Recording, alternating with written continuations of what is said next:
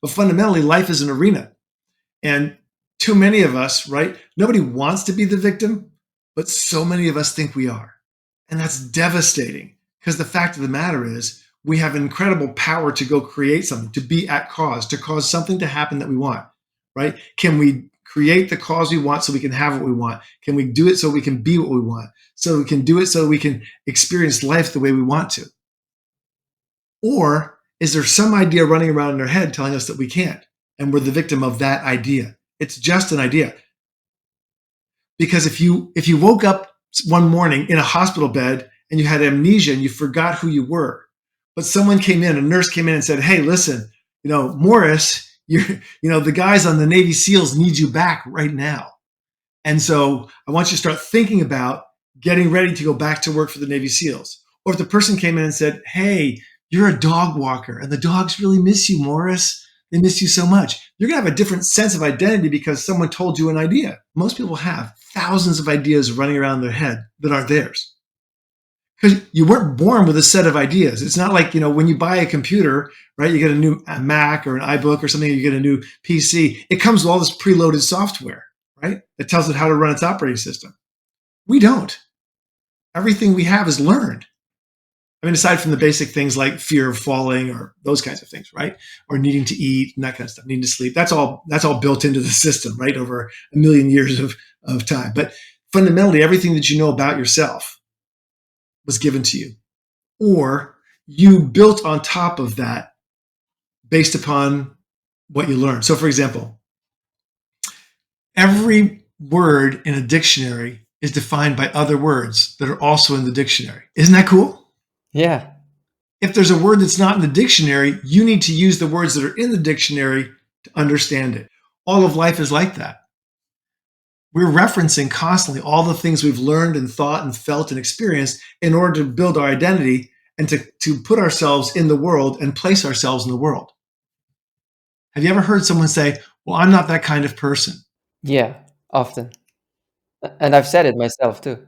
Right? How do you know? You're referencing all the beliefs about ourselves.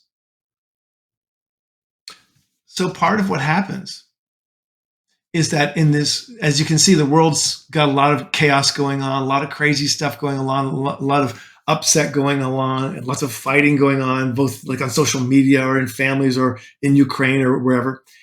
And all of that's just based on ideas and the need to enforce the ideas in our head to do that. So what happens is we're constantly enforcing the ideas of other people on ourselves, right? If I feel like I'm a victim of something, I'm a victim of my childhood. My mother didn't do this. My father did that. All these things. Well, where are they? Well, my mom's in a retirement community and my dad passed away. But I still have those ideas running in my head. And they may stop me or may not stop me. But if they're healthy ideas, they help me move forward. They make me feel like I can be at cause rather than effect. I have agency. I can make something happen. When I say I'm not this kind of guy, what it means to me is that if I do that thing that I usually don't do, it makes me very uncomfortable, or there are negative consequences if I do, for example, bungee jumping. I'm not the kind of guy who's gonna go bungee jumping. Right. If I go bungee jumping, that's gonna make me very uncomfortable, and there's gonna be negative consequences emotionally. At first. So you're saying I need to go bungee jumping? Maybe, but here's the thing. Notice that you've created the outcome that you expect. Based on past experiences, though. But you haven't bungee jumped before, have you? No. So you actually don't know. But if you were to watch lots of videos of people bungee jumping or jumping out of an airplane, right, parachuting, they're going to be like, "I don't want to do it. I don't want to do it. I don't want to do it." And then when they find it, they're like, "Oh my God, that was amazing. I loved it. It was so cool. I want to do it again. Can we do it again?" Because what happens is we create an idea about something to hold us back, to keep us safe, or to keep us known. The known is really important. Dr. Joe Dispenza talks about the known self a lot, right? So the known self, the more I know myself, or meaning that I understand the ideas about who I think I am, the safer I feel. But we weren't made to be safe or we'd all still be in caves, right? I mean, we were made to go out into the world and try things and do stuff and learn things and pick up the coffee cup that's hot and it's new. You've never done it before, and put it down over here and maybe burn your hand a little bit. And then you learn, okay, I got to wait till it cools down to pick it up. or need a different kind of cup. As a species, yes, but in this process of evolution, there are some who got injured, who died for the whole race to advance. I just don't want to Yes, be the guy who gets injured or has to die for the rest of the species to advance. I understand, and I agree. There's things I just won't do. Like I'm not going to drive a motorcycle 150 miles an hour without a helmet. It's just like that doesn't make sense to me. There, if I were 18 and my testosterone were at 4,000, maybe that happens. But it all comes back to this: am I a victim of some external thing? Because if I'm a victim of some external thing, I don't have to risk. I don't have to try. I don't have to do. I don't have to worry about failing. Part of what's happened in our society is we become so afraid of failure that we don't do things because failure gets punished, doesn't it? Many parents punish failure as a way of keeping their kids safe, right? Like if I took the motorcycle out at 18 and I drive 150 miles an hour and I get a ticket, I'm going to get punished for that because it's so unsafe to do. But the more we tell people, like in education, one of the things that's interesting is like I went to an middle school. So that would be seventh and eighth grade. I went there and they had no grades. And what they rewarded was trying. So imagine the difference between being punished for failing and being rewarded for trying, even though it's the same number of failures. The person who is rewarded for continually trying and growing and improving gets to grow more, expand their sense of self of what's possible, be more at cause, and understand they have more control in the world than just being the victim of, I can't do it, I can't do math, I can't do math, I can't do math. It's just an idea. That's the hardest thing. All of this is just ideas. Whether my mother, my father, my friends, my family, my social media, my peers, my professor, whoever says I can't, if I believe that, then they were right. But it keeps me safe. I don't have to try and risk more failure and more punishment. So, for example, one of the things that's happening now is that in the United States, a lot of young men are afraid to go up to a woman, assuming that's their preference, to go up to a woman and ask her out on a date because they're afraid of the failure and the shame because everybody is taking a Zoom of a video of them while they're doing it, or they're afraid their friends are going to post a video about it and they're going to feel more shame. So the idea of losing, and they create the I'm a victim already in their heads before they even decide to try and ask the girl out. So in this scenario, what is the way out then? Assuming it is true that if as a guy you go up to a woman, you talk to her and she rejects you, and people around you make fun of you, people in the restaurant start filming you or at the bar and posting about it. So assuming this as fact, then what's the way out of victim mentality? Because it sounds like in that moment you are kind of the victim. Sure. I think there's three things. One is we can't take their judgments, these other people's judgments personally. There's 8 point whatever billion people.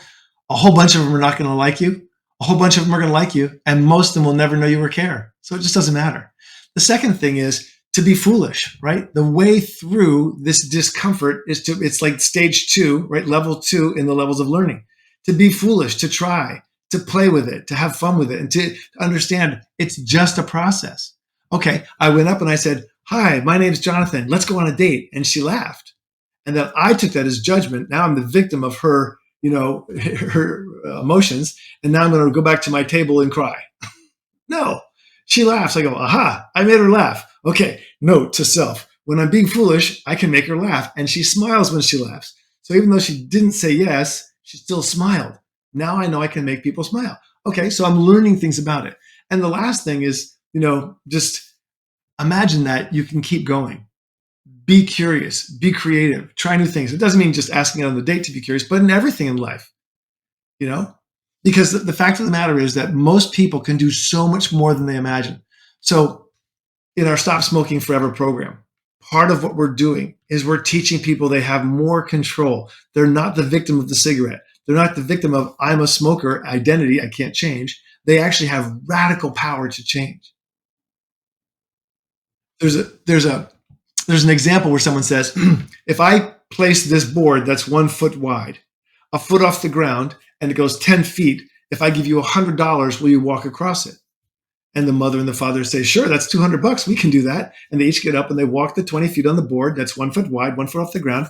And they get their $200. And then they say, okay, great. See, now we're in between these two tall buildings. We're going to do that same 20 foot across there, 10 stories up. And I'll give you the same $100. Will you do it? And they're like, are you crazy? No way. And then they say, well, imagine your baby child who's 2 years old is on the other end of that board and that building's on fire. Would you go across and get them and come back? So, of course I would. Ah, so they have a motivation that's larger than their fear of walking across the heights. So what you're saying is risk and reward? Risk and reward. Risk and reward, cause and effect. This is the thing. If we're willing to risk being foolish, if we're willing to risk failing, if we're willing to risk the discomfort of being in level 2 of learning and trying new things, then we get the bonus of crossing across that chasm, literally, into a new space where we required the new skill. Morris, can you drive a car? Yeah. Yeah. Was there a time you couldn't drive the car? Yes. Were you anxious the first time you tried?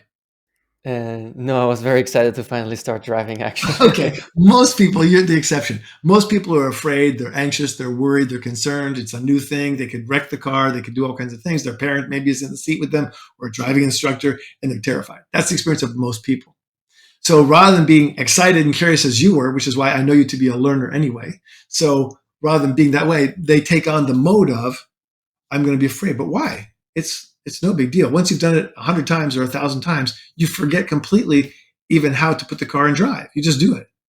Well, but while learning, there can be fatal accidents. Yes, there can. So that's why you need to pay extra attention. The more serious the consequences, the more you need to pay attention. And that's the other thing is when you're present and paying attention, you're in a space of resourcefulness, as Tony Robbins would say, right? You're highly resourced when you're curious, interested, willing to fail, and paying lots of attention. If we're afraid, we're projecting constantly what we don't want to happen. And you know what the reticular activating system, the part of the mind that says, you just tell me what you want and I'll make it happen. If you're afraid and you're constantly afraid about something, you're going to make it happen. You brought this up earlier of cause and effect. How does this exactly work? How does cause and effect work? Yeah, in this context. Yeah. So if you are thinking about something you don't want, you're actually causing your neurology in your brain to change. So every thought changes your neurology slightly, right? Your brain is adaptive, which is why you're able to learn a language or a new skill. So what we're doing is we're teaching the brain what we want. If I think about what I don't want, I'm actually causing my brain to think more about what I don't want, my subconscious mind, which means it's more likely to do that. So I'm causing an effect. So I have become the victim of my own fear. My father used to love to travel. He went to Europe and South America something like 21 times. Loved it. And he was also in the army in Europe and loved that too. Loved meeting new people, new places and things. But then at some point, after his wife died, he had a new girlfriend and she hated flying because she was so terrified of it. So what did they watch all the time on TV? Movies about plane crashes, documentaries about plane crashes, everything else. Guess what? Once he started dating her, he never flew again. He decided it wasn't safe to fly.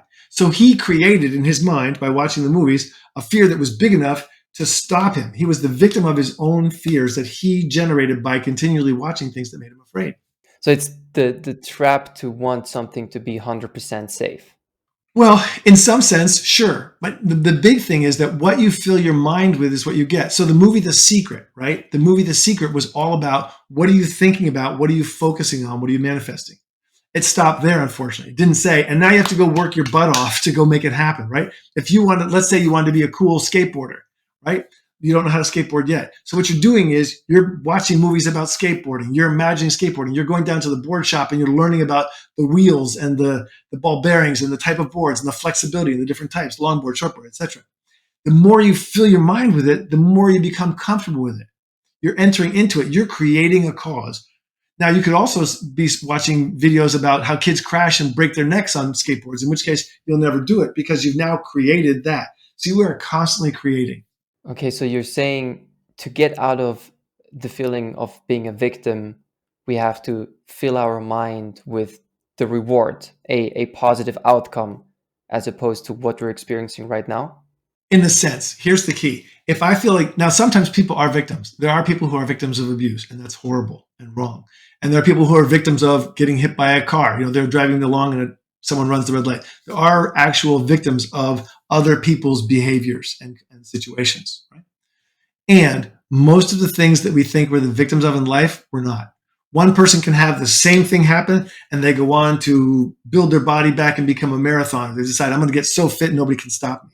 Other people decide to just stay feeble and broken in their life, mentally, emotionally, spiritually, right? So we get to decide, is there anything actually holding me back? I mean, if someone is like, if someone's grabbing me and not letting me get on the skateboard, that's one thing, right? When you're a kid, your mom might say, no, Morris, I don't want you on the skateboard on that, 5,000 meter hill. That's No. actually exactly what she said. Okay, see, I right? was big into skateboarding. Okay, so see, she didn't want you to do it. And maybe there was a time when you were so young where she could stop you from doing it. But at some point, you have your own agency, you have will, and you can decide, right? I wanted to play piano as a kid. My mom wanted me to play drums because she thought piano was for women. Okay, well, guess what? A lot of concert pianists are men. Doesn't matter. I just thought piano was cool because I love music. But I ended up playing the drums for a while, right? Now, nobody's stopping me from playing piano, but I have no passion for it anymore. So it's a decision. So we can all find something in our life. You can think about it right now. Stop for a second. Just think about something where you want to do something, but someone else told you can't, or you're not worthy, or you're not good enough, or you're not whatever. If it's still physically possible for you to do, can you do it? Can you pick up the coffee cup, move it over to the other hand, and put it down? If you can, then no one is stopping you. If you can't do that, then it's either skill, motivation, like I don't want to play the piano anymore, or an internal victimhood that we're holding on to because it tells us who we are and it keeps us safe. Sometimes difficult to admit that, right? It's horribly difficult to admit that because if we admit that we are the ones holding us back, that we're the victim of our own repeated thoughts in our own head that someone else told us or whatever, or that we just believed, then who's stopping us? So we become the victim of ourselves, become the victim of our own thinking, of our own limitations, of our own fear of doing something and the consequences. So what do you recommend we should do today after everything we've learned now about cause and effect? Yeah, that's a great idea. So what I would do is there something that's important to you in your life that you would like to do, that it's possible for you to do? What I would, but for some reason, you can't just pick up the coffee cup and move that thing, do that thing. Let's say it's skateboarding. Go learn about it. Because the more you invest your mind and your awareness and your curiosity into it, the safer it will feel for you. The more you'll feel like you can do it. And then you can break it down intellectually and say, okay, well, what do I need to know to be a skateboarder? What do I need to do? Can I get a coach? Like you're my coach, right? For making podcasts and videos and curation. You're my coach. I got a coach because I didn't know how to do it. I was wildly uncomfortable the first time I was on video. Now I'm like, oh, I'm on video? Wait, that's me? I'm looking at you, though. I'm not looking at me. I'm looking at you. I actually cover up my screen of me, so I don't have to look at me. But the bottom line is go be creative, go be curious, go be interested. Find other people who are doing the thing that you want to do or be or have and say, how did they do that? What did they do? How can I do it too? Go to ChatGPT and say, what are the 25 things I need to know to become a skateboarder? Do you have a process for getting more agency over our own lives? Yes. And I'm going to put it in a Google Doc for you. I'll summarize it in a Google Doc. However, what I'll also say is it first starts with curiosity and desire. If you have just search your mind and your feelings, look for something where you have a strong curiosity and desire. That's where you begin. Follow your feelings. Your feelings are the key to unlock your desire to go get what you want in life. I love that. It starts with curiosity and desire. Thank you, Jonathan. Thank you, Morris.